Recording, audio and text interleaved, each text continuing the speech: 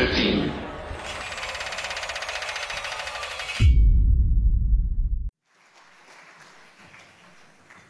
I was one of those earnest undergraduates who never missed the late-night screenings of obscure subtitled films at the local art house cinema. And one of the films I saw then was called Mirror by the Russian director Andrei Tarkovsky. In the opening scene, a 16-year-old boy called Yuri is visiting a speech therapist. He's awkward and gawky. She's wearing a white lab coat. She's rather formidable looking, more matronly than maternal. And she does a strange ritual with Yuri, who's got a debilitating, terrible stutter. She puts her hands on the back of his head and gets him to concentrate on her hands. And then she gets him to hold his own hands in front of his face and to concentrate all his tension in his hands.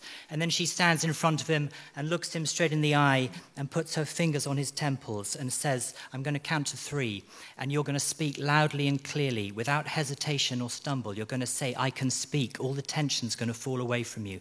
And then she counts 1, 2, 3, and then she lets her hands fall to her side, and Yuri takes a step back as if a jolt of power has just surged through him, and he says it, "I can speak."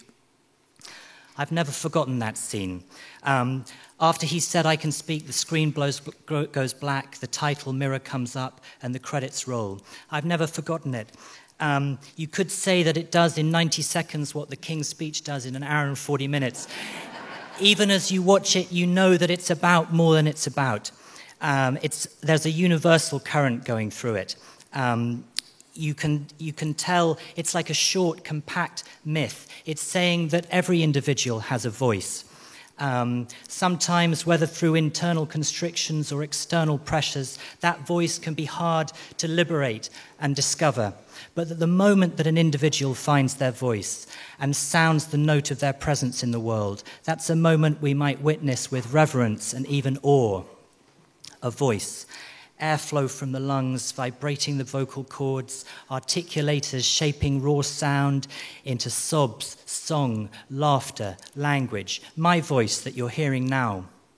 But when we talk about a writer's voice, so-and-so is an exciting voice in new poetry, a thrilling voice in contemporary fiction, we mean something different. By a writer's voice, we mean something not just to do with sound. We mean a person's way of seeing, the way they notice things, their sense of humor, their whole sensibility. Finding a voice, Seamus Heaney has said, is finding a way of putting your own feeling into your own words. It's finding words that have the feel of you about them. In 2007, a teacher called Katie Waldegrave invited me to go and give some writing workshops at her school, Cranford Community College in Hounslow. Cranford was described as a challenging secondary school because it had more than 50% of students eligible for free school meals and less than 25% getting 5 A to C's at GCSE. I was working on my second book, The Music Room, and finding it very difficult. And basically, I was desperate for any chance to get out of the house. So I said yes. And one Wednesday afternoon, I drove out west into Hounslow. This was 2007. The newspapers were filled with hoodies and knife crime and Britain's feral youth. And all of those images were in my head as I drove out towards Heathrow and contributing to the vague sense of unease that developed into abject terror as I walked into the school at 3:15. And this flood of students were coming out in their Mulberry Cranford sweatshirts with nose studs and innits and cell phones and the full school Monty, as I walked up the stairs with Katie and we sat in a first-floor room with a shopping trolley mysteriously abandoned in the far corner and waited for our students to arrive. All that we'd asked was that the students submit a piece of writing in advance so that they had some ownership of the group and had to cross a threshold to be part of it. My heart had sunk when I'd read these. They were versions of Harry Potter and Twilight and Grand Theft Auto, more vampires than you could shake a sharpened stick at. And they were about characters called Jason and Alexander and Sophie, while the authors' names were Ramandeep, Harpreet, Satvinder and Barvin. None of them gave me any sense of what it was like to be a teenager growing up in Southall or Hayes. Often in bilingual households with cousins and grandparents and sometimes childhoods in Bangladesh and Pakistan and India and Somalia. None of them had a sense of voice. They weren't words with the feel of you in them. Katie and I waited at 3:30 and nobody nobody showed up. And at 3:35, nobody showed up. And then at 3:40, a couple of teenagers strolled in, and then a few more, until we had about 12 or 14 students sitting around this room with the shopping trolley in the far corner. And I said to them what I'd say to all of you if we were doing a writing workshop right now, which is that you have a voice. It's unique to you. It's unique not just among all human beings alive today, but among all human beings who've ever been alive and who are ever going to be alive. And you have a world in your heads, a world of experiences and memories, sensations, dreams, hopes, despairs, anxieties, fantasies. And that's your great gift, your great resource and richness as a writer. And apart from that, the only thing to bear in mind is that all good writing commits itself to the concrete and the specific and the particular rather than the vague, general and the abstract. Because, as Frank Cottrell Boyce says, the strange thing about stories is that the more specific they are, the more universal they seem to become. So a boy called Shadman writes a story about swimming in the Heston swimming pools with his friends Samo, SK and Dookie. And then in the next paragraph, there's a flashback. He's 7 years old. He's walking out of a town called Mymensingh in Bangladesh on the northern Indo-Gangetic plains. He describes emaciated cows and silvery tin shacks with corrugated iron roofs shaking in the wind.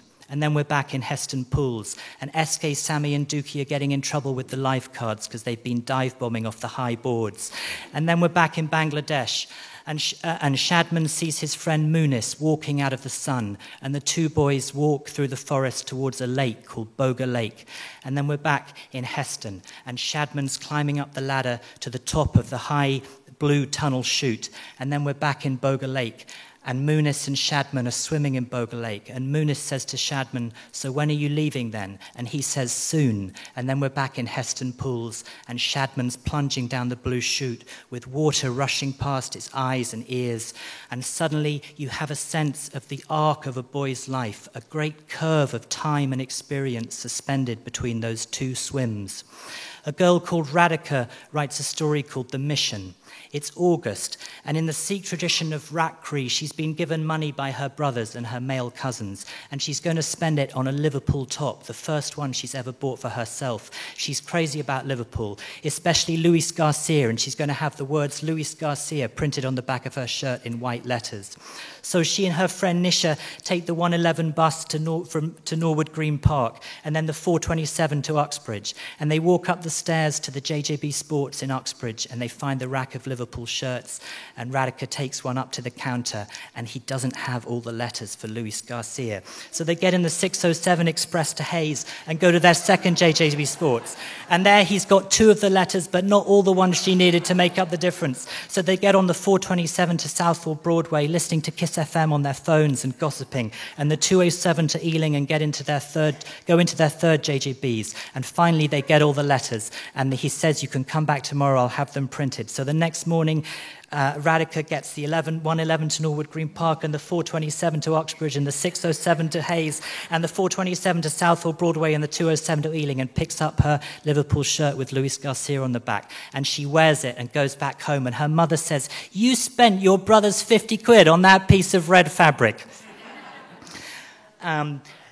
Katie and I noticed as the weeks went by that the students' confidence increased. Their writing got better, but their self-esteem, that was the most noticeable thing. They listened to each other with more sensitivity, and they responded to each other with more insight and enthusiasm. The teachers commented on how much better they were doing in other classes. Their school attendance went up. Their exam results were better than their predicted grades. And each week, I thought I understood what Philip Pullman meant when he said that writing, real writing, can liberate and strengthen young people's sense of themselves as almost nothing else can. So we thought this was an important thing, and we wondered if we might spread it to other schools. So we set up a small charity called First Story, and we wrote off to trusts and foundations for grants. And in 2008, we arranged and paid for 8 other writers to go and be writers in residence in schools all across London. And in 2009, we had 14 writers in schools in London and Oxford. And in 2010, 23 writers going into challenging secondary schools every week in Nottingham, London and Oxford.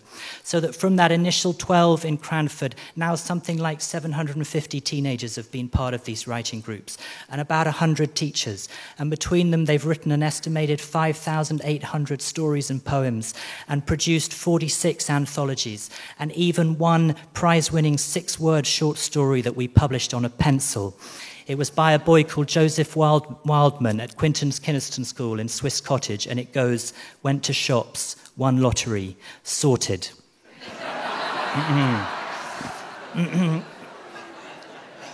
In December, I went to visit a school called Burlington Danes Academy. It's near here. It's in White City. Burlington Danes have a writer-in-residence now called Courtier Newland, but Courtier was away for the week, so he'd asked me to step in for him. And it was the day in December when the blizzard came in. There was lots of snow, maybe 6 or 7 inches of it, and a lot of the students couldn't get to school that day. So I can in fact tell you by name all the students who turned up to the writing group. Normally they have 14, but today there were 2 girls called Sophie and Basant, and 3 boys called Saeed, Fred, and Temezgam, and they didn't stop talking. And we started off by having a conversation about the difference between concrete nouns and abstract nouns. And that became an argument about whether God was a concrete noun or an abstract noun.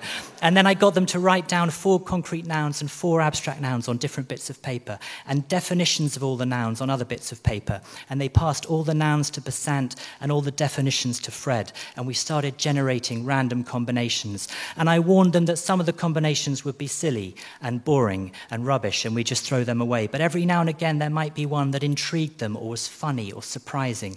And if they liked it, they had to tell me they liked it, and I'd write it down. And we went through the whole list, and every now and again they would say, you've got to write that down. And at the end, I read back to them what they'd told me to write, and this was the poem that they'd written together without even knowing it.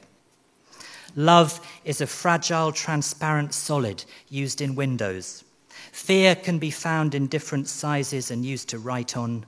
Coke is another word for scared. Regret is a musical instrument with 6 strings. Hatred is made from the nutrients of the earth. Evil is the fizzy drink with the unique taste, usually brown. Glass is when you take a strong dislike towards someone. Misery is something plastic you write with. Jealousy is the end of life. The heart is a yellow fruit with skin you can peel easily. Paper is the sadness you feel when you've done something you wish you hadn't. A light bulb is when you feel brave. Hatred is material made out of oil. Ink is a feeling of dread or sadness. Age is the sadness you feel when you're away from home. Love is the room between things. Love is all the gaps in the universe. Courage is used for writing. And what struck me when I read that back to them was the silence. These were teenagers who hadn't stopped talking since they'd got up that morning. And yet, when I read that poem to them, you could have heard a paperclip hit the floor. I think they were surprised that they'd made something so beautiful. And also they were taken aback by the power of language and images to show you the world in new ways, to open up a window in the day. It could be something very simple. In Cranford, I asked the group to close their eyes and remember what it was like to be 10. Just dream themselves back into that time for a minute or two. And then to open their eyes and to write down the taste of being 10, the sound, the touch, the smell, the feel of being 10. And then they start to share the memories. And for Anik, the sound of being 10 is dogs barking on the outskirts of Lahore, holding on tight to his uncle as he revs the motorcycle, his cousins racing alongside, wind on their faces. And Fatima remembers the night that animals escaped from the Feltham city farm, and she woke up to find horses in her neighbour's front gardens nibbling the bushes. And for Crystal, the taste of being 10 is the fried turkey tails the old woman used to sell from the trolley outside her school gates in Accra, Ghana. And for Amapal, the touch of being 10 is how warm the paper was when it came out of the photocopier. And Lul remembers a teacher called Miss Sullivan with her slim fast drinks and best teacher mug and bingo wings.